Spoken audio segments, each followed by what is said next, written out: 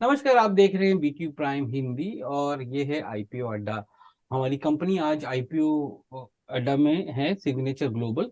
ये कंपनी जो है एनसीआर दिल्ली रीजन में, स्पेशली गुरुग्राम रीजन में अफोर्डेबल हाउसिंग और middle lower income group housing homes बनाती हैं।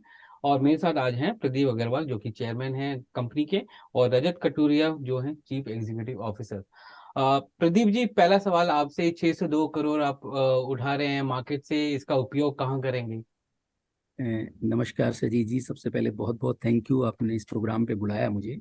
जो भी प्रोसीडिंग्स हम कर रहे हैं 603 करोड़ की, इसमें से लगभग 423 करोड़ रुपीस हम अपना डेट रीपे करेंगे। और लगभग जो 170 करोड़ के नियर अबाउट जो बैलेंस पेमेंट है, उसको हम वर्किंग कैपिटल और लैंड एक्विजिशन के लिए यूज करेंगे।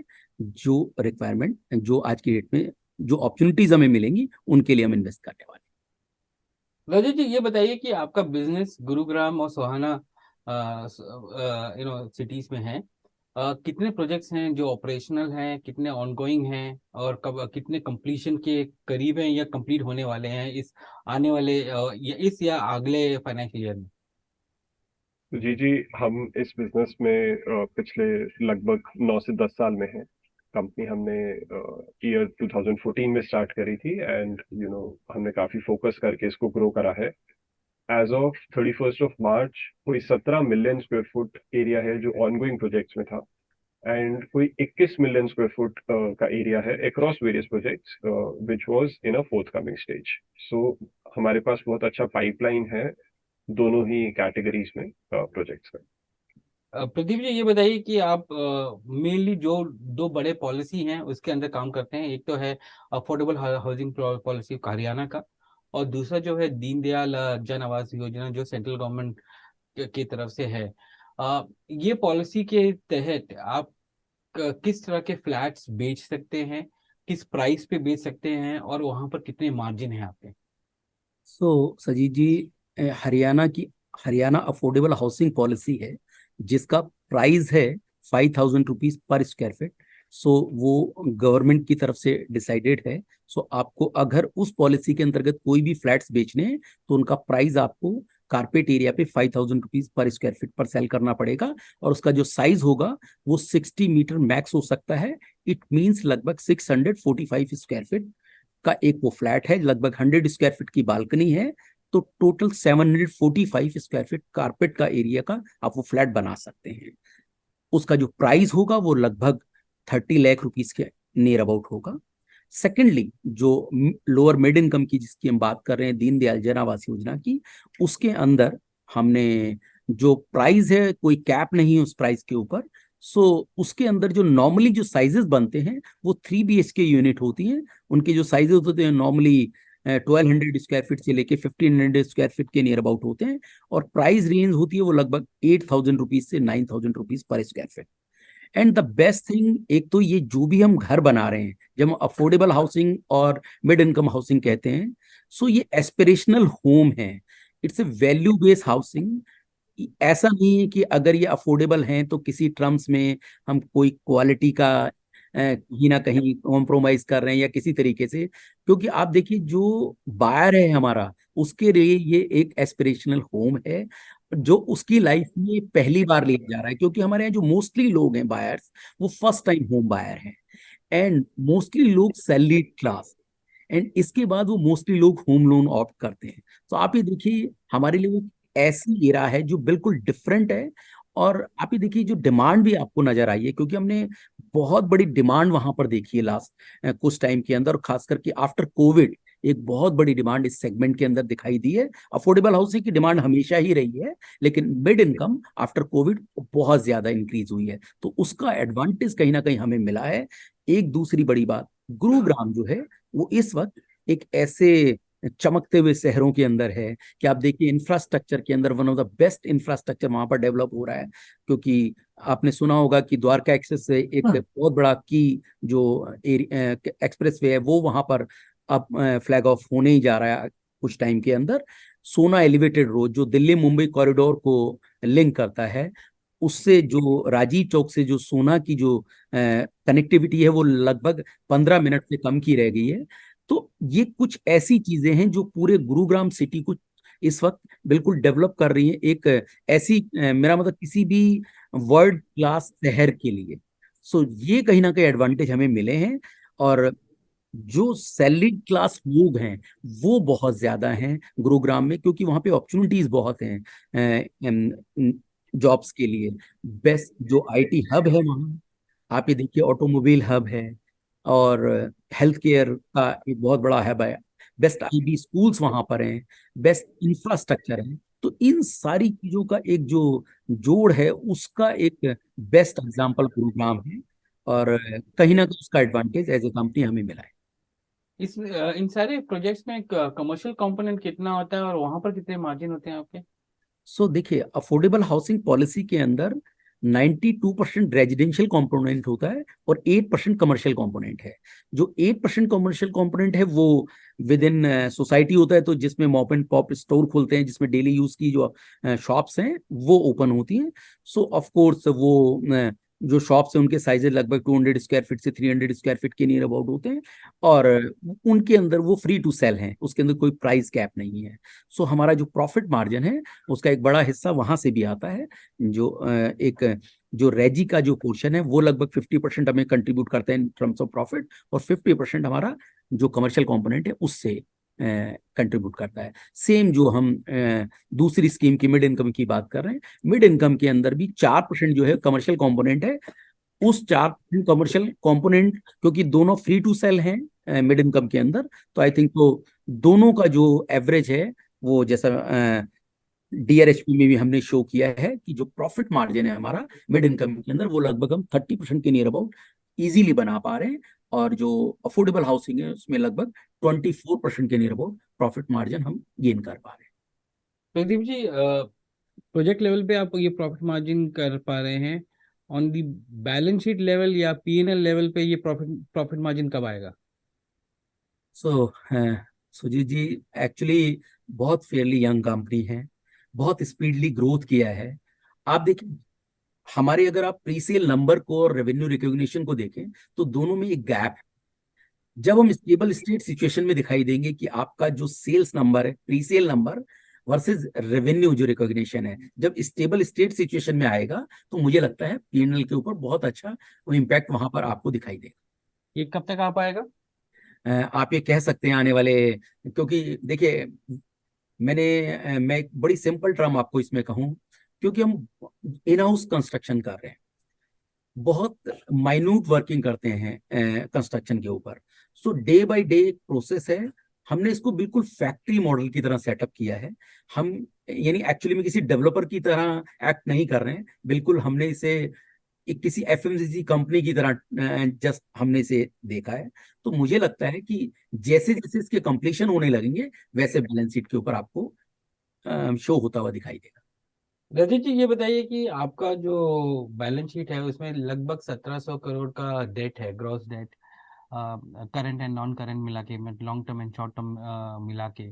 अ, इसको आप कैसे कम करेंगे और आगे जाके आपका वर्किंग कैपिटल रिक्वायरमेंट के लिए आपके प्रोजेक्ट्स इनफ कैपिटल निकल पाएंगे कि डेट बढ़े ना यहाँ से?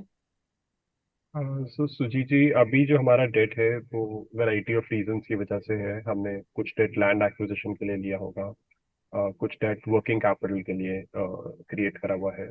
वी आर वर्किंग विद अच्छे पेडिग्री के हम लेंडर्स के साथ एसोसिएटेड रहते हैं। हमने HDFC, कोटक, ICICI ऐसे लीडिंग इंस्टीट्यूशंस के साथ we work on the debt side. हम कॉन्शियस हैं कि एक डेवलपमेंट कंपनी में डेट जो है वो कहीं ना कहीं प्रॉब्लम में कई बार क्रिएट करा है डेट ने डेवलपर्स को पास्ट में। सो ये अभी जो प्रोसीड्स हम रेज कर रहे हैं फ्रॉम द IPO, उसमें majority of the portion is being used for debt reduction. So हम इस बात को लेके कॉन्शियस है और हमेशा से रहना चाहते हैं। प्रदीप जी, आपके फाइनेंशियल मैनेजमेंट तो आप कर ही रहे हैं, जिस तरह से प्री सेल्स वगैरह हो रहा है आपका। बट ये बताइए कि हमारा रियल एस्टेट में जो रेवेन्यू रिकग्निशन होता है और जो फ्लो थ्रू होता है पीएनएल में, वो रूल्स के अनुसार आइदर आपको ओसी ओसी के देने के बाद होता है। प्रोजेक्ट में आपने ओसी दे दिया तो और आपको मैक्सिमम कलेक्शन मिल गए, तो 95% कलेक्शन मिल गए, तो आप रिकॉग्नाइज कर सकते हैं अपने रेवेन्यूज। ऐसे कितने प्रोजेक्ट हैं जहां पर आपके कंप्लीशन हो चुके हैं पर ओसी पेंडिंग है? तो सजीत जी, एक्चुअली क्या है, ये एक प्रोसेस है पूरा। इसके अंदर ऐसा नहीं है कि कुछ ओसी पेंडिंग है, होता है, ये कंटिन्यूअस प्रोसेस है। कि जैसे मिड इनकम के अंदर है। मेरा मेरा सवाल ये था कि इन्वेस्टर के नजरिए से अगर हम देखें हाँ। तो ऐसे कहाँ पर है जहां पर आपने स्पेंड पूरे कर लिए हैं पर रेवेन्यू रिकॉग्नाइज नहीं कर पाया, जिसकी वजह से पीएनएल में फ्लो थ्रू नहीं हो रहा है?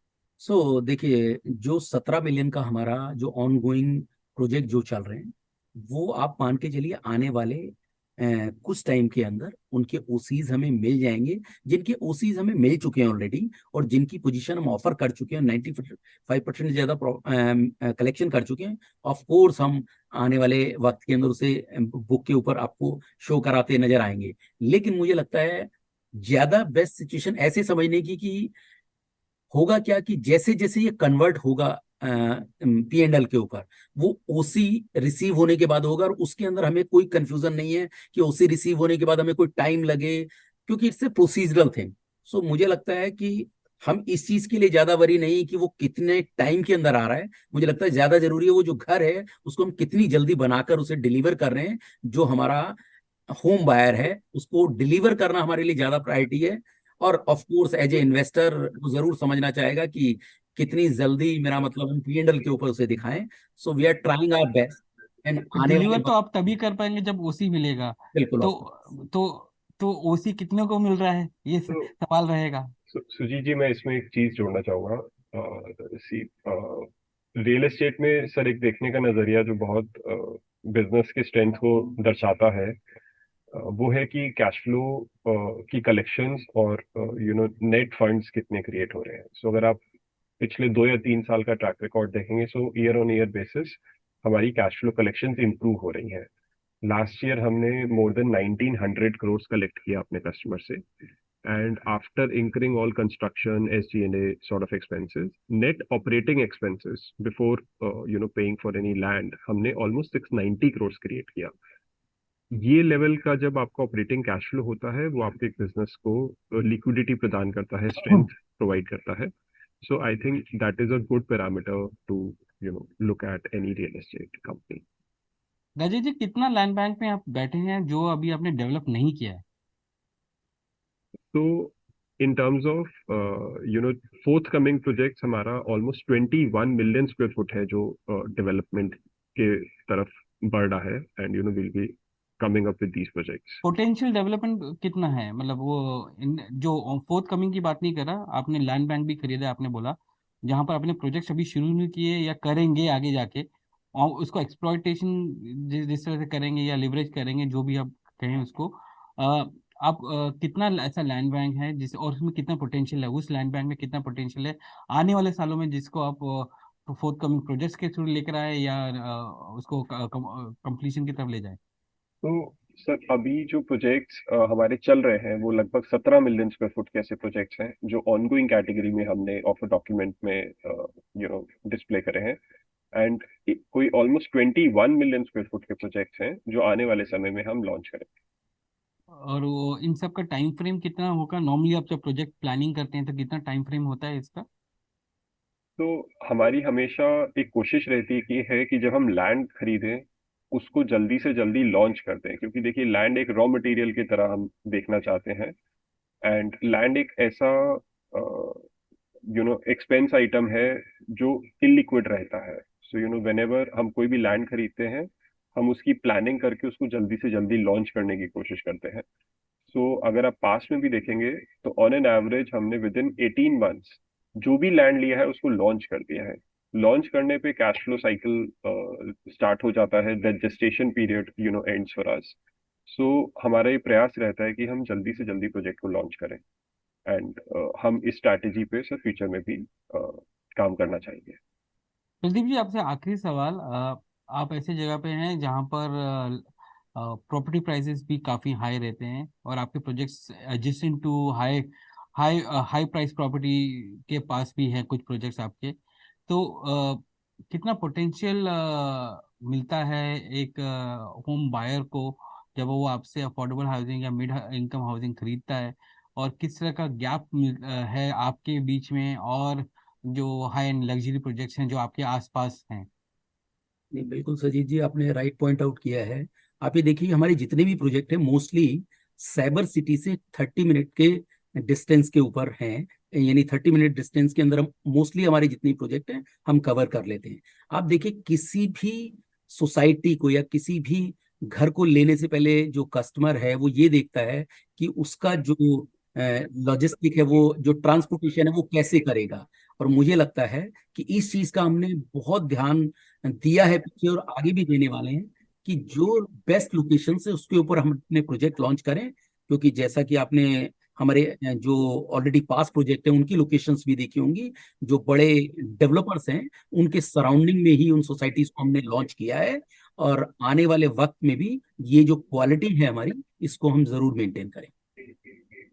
प्रदीप जी और रजत जी, धन्यवाद आज बीक्यू प्राइम हिंदी से बात करने के लिए। आपका आईपीओ जो है सितंबर 20 को खुल रहा है। 366 to 385 के प्राइस बैंड पे है। फ्रेश इशू 602 करोड़ का है और ओएफएस 127 करोड़ का है। और इसमें जो ओएफएस है वो आईएफएससी जो इन्वेस्टर है वो एग्जिट कर रहा है उसके थ्रू, और आपका जो मार्केट वैल्यू है वो 5,408 करोड़ के आसपास है upper end of the price band पे। धन्यवाद आज बीक्यू प्राइम हिंदी से बात करने के लिए। धन्यवाद सुजीत जी।